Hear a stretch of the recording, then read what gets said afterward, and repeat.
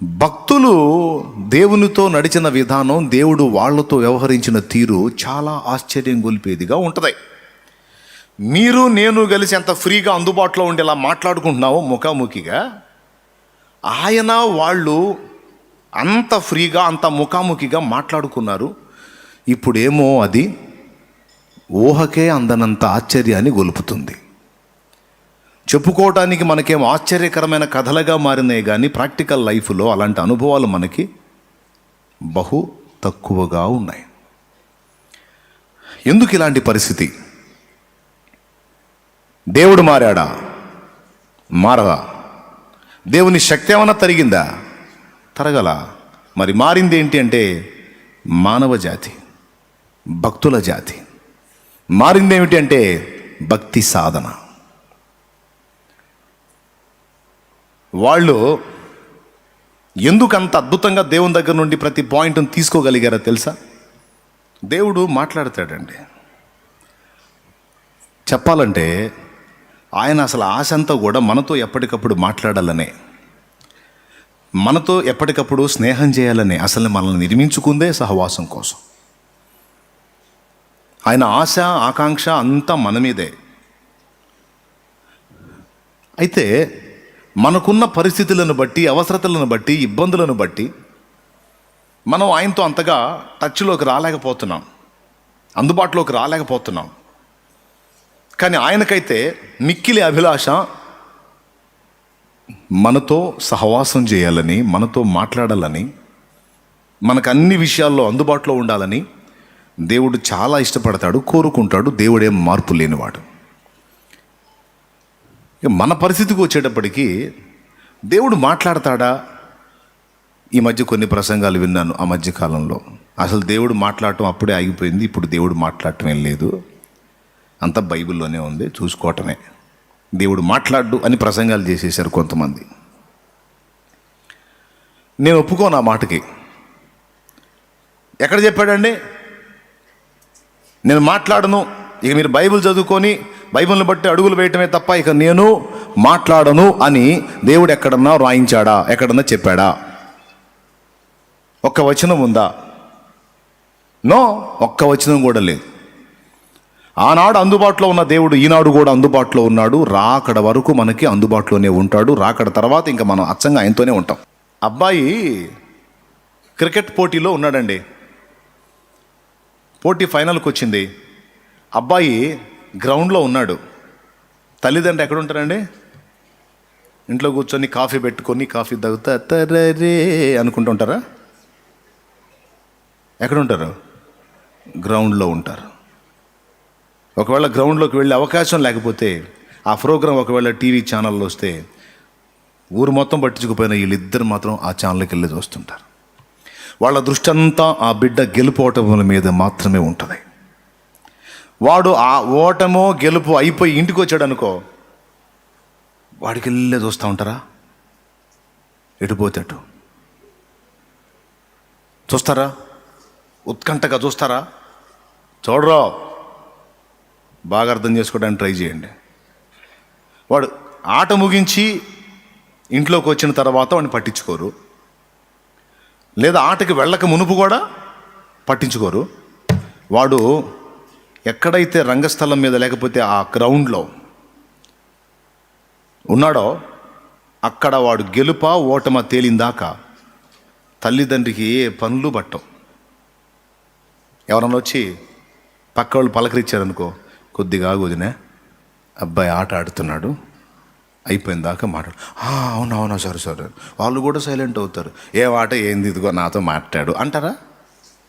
అంటే ఫస్ట్ వదిన ప్రశాంతంగా ఉండని చెప్పింది కదా. ఏమందనుకో, ఏం ఆట ఏంది నాతో చూడు అందా అనుకో, వరక ఏందమ్మా అంత కోపడా అంటే, కోపటం కాదు ఇంకా ఉన్నామంటే కొడతా గొడపు చస్తుంటే మేము ఏమైద్దో అని ఉత్కంఠతో మేము చేస్తుంటే నీ గోలేంది మాకు, టీ కాఫీలు గోలపా అంటారా? అనరా? అవతలాడు ఆట ఆడుతుంటే ఏందినా, ఏం బాగున్నావు, ఏం రా కూర్చో అంటారా? అంటదమ్మా, నువ్వు అంటావా? మనం ఈ భూమి మీద ఉన్నంతసేపు యుద్ధరంగంలో ఉన్నామని దేవుడే రాయించాడు, పోరాటంలో ఉన్నామని దేవుడే రాయించాడు, ట్రైనింగ్లో ఉన్నామని దేవుడే రాయించాడు. ఏబు గ్రంథం అదేదో అధ్యాయం అదేదో వచనంలో భూమి మీద నరుల కాలం యుద్ధకాలం కాదా అన్నాడు. 7:1 ప్రసంగి గ్రంథం 1:13 వారు దీని చేత అభ్యాసం పొందినట్లు దేవుడు నరులకు ఏర్పాటు చేసిన ప్రయాసం బహు కష్టమైనదన్నాడు. ట్రైనింగ్ అన్నాడు అక్కడ. మనం పోరాటంలో ఉన్నాం అనే మాట బోలెడన్ని వచనాలు ఉన్నాయి. పోరాటంలో కుమారుడు ఉన్నప్పుడు ఏ తల్లి ఏ తండ్రి కూడా వేరే కార్యాల్లో ఉండరు, దృష్టి అంతా వాడి మీదే ఉంటుంది. ఆట ముగించి ఇంటికి వచ్చినాక ఇంకా వాడి గురించి ఆలోచించాల్సిన అవసరం. మనం పరలోకానికి వెళ్ళిన తర్వాత ఇక మన మీద దృష్టి పెట్టుకొని ఉండడం అయిపోయింది. ఆట ముగించాం, పరలోకం వెళ్ళిపోయాం, ఇంకా మన మీద దృష్టి పెట్టుకొని ఉండడం. ఇక మనం ఆయన కలిసామంట, ప్రాబ్లం లేదు. దేవుని దృష్టి ఎప్పుడు ఉదయం మధ్యాహ్నం సాయంత్రం ఈ గంట ఈ నిమిషం ఈ సెకండ్ అన్న భేదం లేకుండా నిరంతరం మన మీద దృష్టి పెట్టి చూసే టైము మనం ఈ భూమి మీద ఉన్న కాలం. అవునా?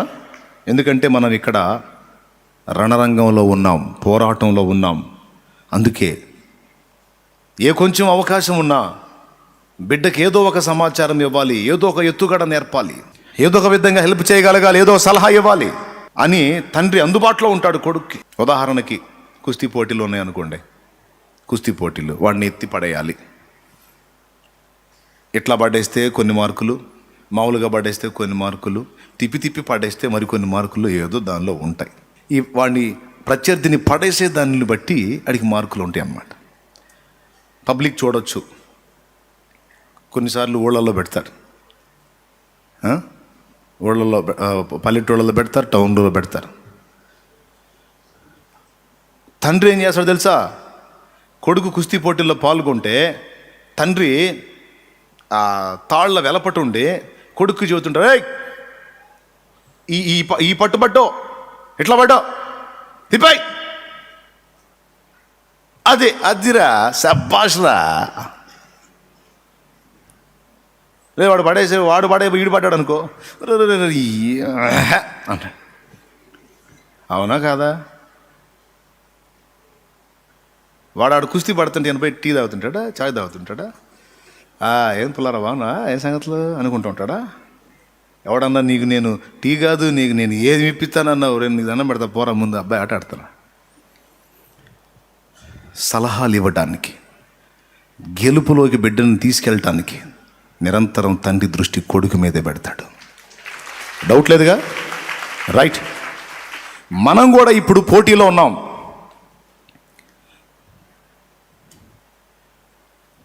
రన్నింగ్ పోటీలు ఉంటాయి. కొంతమంది తండ్రులు ఆ రన్నింగ్ పోటీలో బిడ్డలతో పాటు పరిగెత్తుంటారు. ఆడికి ఎక్కడన్నా నీళ్ళు అవుతాయేమో అందిద్దాం, ఆడు ఎక్కడైనా దిగజారిపోతాడేమో ఎంకరేజ్ చేద్దామని. నాకు తెలిసిన ఒక తండ్రి ఉన్నాడు, కొడుకుని పోలీస్ ట్రైనింగ్ పంపించడానికి పొద్దున్నే వాడితో పాటు ఈయన కూడా పరిగెత్తుతున్నాడు. వాడు 4 లేచి పరిగెత్తుంటే ఈయన పెద్ద వయసు కూడా అయ్యి ఉండి ఈయన కూడా పరిగెత్తుతున్నాడు వాడితో పాటు, రోజుకుంటా. ఎందుకు? వాడు గెలవాలని ఒక తండ్రి ప్రయాస అది. చూడండి, మట్టి పురుగులో మనకే మన బిడ్డల మీద ఇంత మమకారం ఉంటే పరలోక తండ్రికి ఇంకెంత మమకారం ఉంటుందండి మన మీద. ఫస్ట్ పాయింట్ గుర్తించాలి, మనం పోటీలో ఉన్నాం, రణభూమిలో ఉన్నాం, పోరాటంలో ఉన్నాం, గ్రౌండ్లో ఉన్నాం.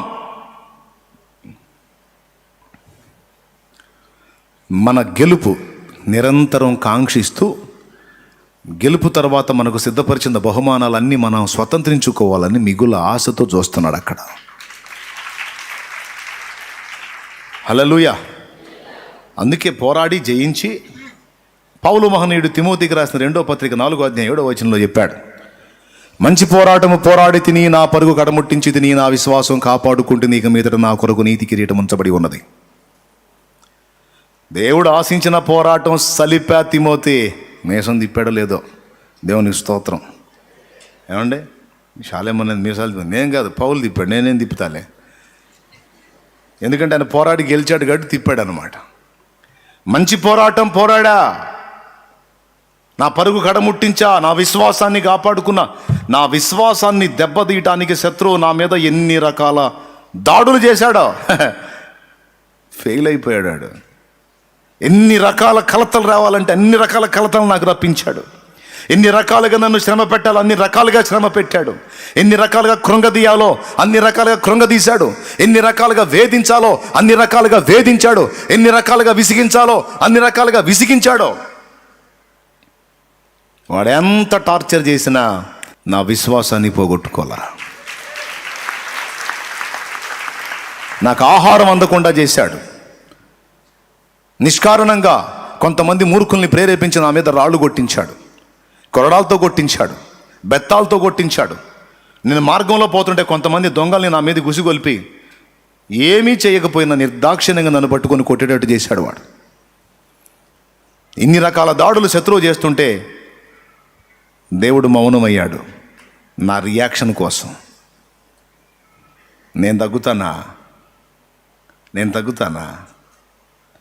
ఒక్కసారంటే ఒక్కసారి కూడా నేను ఆయన మీద సనగలేదు, గొనగలేదు. ఈరోజు వరకు నా విశ్వాసాన్ని కాపాడుకున్నా. నేడో రేపు వెళ్ళిపోతాను.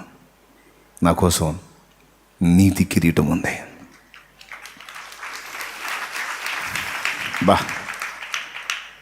ఒక మాట, స్టెఫన్ని రాళ్ళతో కొట్టారు, చచ్చిపోతున్నాడు. ఆ చచ్చిపోయేటప్పుడు రాళ్ళ దెబ్బలు తగిలేటప్పుడు ఏమన్నాడు తెలుసా? తండ్రి కుడిపార్శ్వమందు మనుష్య కుమారుడు నిలిచి ఉండట నేను చూచుచున్నాను అన్నాడు. నిజమే. స్టెఫన్ ఇంకా కొన్ని నిమిషాలలో చనిపోబోతున్నాడు, నిద్రించబోతున్నాడు. ఆ స్టెఫను తన బిడ్డ, ఆ స్టెఫన్ వస్తున్నాడని ఆయన్ని స్వాగతించడానికి తండ్రి కుడిపార్శ్వమందు కూర్చున్న యేసు లేచి నిలబడ్డాడు. రా నా కుమారుడా రా, ఇదిగో నీకోసమే లేచేదా. ఎందుకు గెలిచావు? నా వలె తండ్రి ఈ పాపము వీరి మీద మోపకమని వారిని క్షమించి నా బిడ్డవని రుజువు చేసుకున్నావు. లేచి నిలబడ్డాడు. చూస్తేనా, చూడకపోతేనా?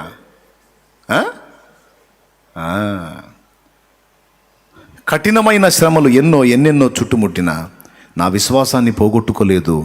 ప్రభునామాన్ని దూషించలేదు, విమర్శించలేదు, నిందించలేదు, సనగలేదు, గొనగలేదు, నాకెందుకిలా అనలేదు. అగ్ని పరీక్షలను సైతం ఆనందంగా సహించాను. నాకుగాక ఇంకెవరికి ఇస్తాడు బహుమానం? బహుమానం నాదే. భక్తుడు పాడాడు, జయించిన నీవు నా పక్షమై ఉండగా, జయమిచ్చు నీవు నన్ను నడుపుచుండగా, జయమే నాశ. తర్వాత మాట, అది ఏ నీ కాంక్ష, నీకే నా స్తోత్రార్పణలు, జయమే. ఇది మన జయ జీవితం కోసం ఆయన కాంక్షించడం ఏంటి? కాంక్ష అంటే కోరిక. జయించాలన్నది నా ఆశ, అదే నీ కోరిక కూడా. నిజమే. ఈ పోరాటంలో తరచుగా రకరకాల శోధనలు ఓడిపోతున్నాం, ఆకర్షణలకు లొంగిపోతున్నాం, బలహీనతలకు చిక్కిపోతున్నాం, దెబ్బతింటున్నాం. గెలిచి జయించిన ప్రతిసారేమో సంతోషంగా ఉన్నాడు, తేడాబడి జారి పడ్డప్పుడేమో బాధపడి మళ్ళా వెన్ను దట్టి ప్రోత్సహించి నిలబెడుతున్నాడు. ఏంటి? నా వల్ల కాదు ప్రభువా, నేను జయించలేకపోతున్నానయ్యా, ఆ శోధన మానుకోలేకపోతున్నానయ్యా, ఆ బలహీనత వదిలిపెట్టుకోలేకపోతున్నానయ్యా, నా వల్ల కావట్లేదు ప్రభువా. పిరిగి పందా, బుద్ధి లేదా? నా పేరు పెట్టుకున్న బుద్ధి లేదా నీకు? నా బిడ్డవని పిలిస్తే బుద్ధి లేదా? నువ్వు కాదు గెలిచేది, నేను గెలిపిస్తాను. నువ్వు నిలబడు. అట్లా నా ఆత్మచేత నీ గెలిపిస్తా. నువ్వు నిలబడు. కృంగిపోతావేంటి? సాతానుకు లొంగుతావా? పోరాడవా? సరే, ఇప్పటికి 7 సార్లు పడ్డావు, 8వ సారి నిలబడవా? జీవుల్ని చూడు, జీవుల్ని చూడు, చిన్న చిన్న జీవులు తాము అనుకున్నది సాధించడానికి ఎంత పోరాడతాయో చూడు. నువ్వు ప్రయత్నం మానేస్తావా? శోధనలు వచ్చినాయని, పొరపాట్లు జరిగినాయని, బలహీనతలు వచ్చినాయని, తేడా పడ్డావని ఇంకా ఆంతుని కృంగిపోయి అక్కడే కూర్చుంటావా? బురదలోన పుట్టానని కలువ దిగులు చెందేనా, నల్ల మబ్బు కమ్మేసిందని చంద్రదీపమారేనా, శత్రువెంత తరిమిన గాని శ్రమల చేతనే నలిపిన గాని ప్రభువు నందు ఉన్న నీవు ప్రజ్వలింపకుండేవా, ప్రభు కార్యమాపేవా. అవునా?